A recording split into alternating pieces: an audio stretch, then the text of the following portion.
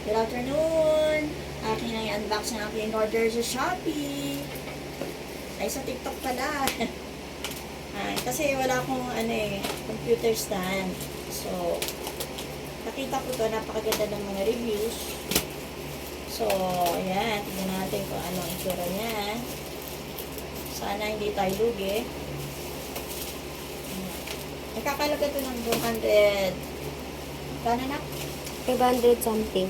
Almost 500. Kasama yung Shipping. hindi, 400 plus lang to natin. Kasama shipping fee. Sabihin na natin 500. Ayan, pang computer din ang dating ano. O, diba? Yan na. Meron pang ganito para saan to? Ito na. Ang bigat! Sa tunay na buhay, mabigat po. Ito, ang ating computer stand. Pero ating focus mo yung computer pa. Focus mo na. Ito na siya. Wala, hindi ako alam. Yun. Alam, tigas talaga. Alam. Hindi ko alam eh. Ayan. Super tigas lang yun. Kasi para matibay nga.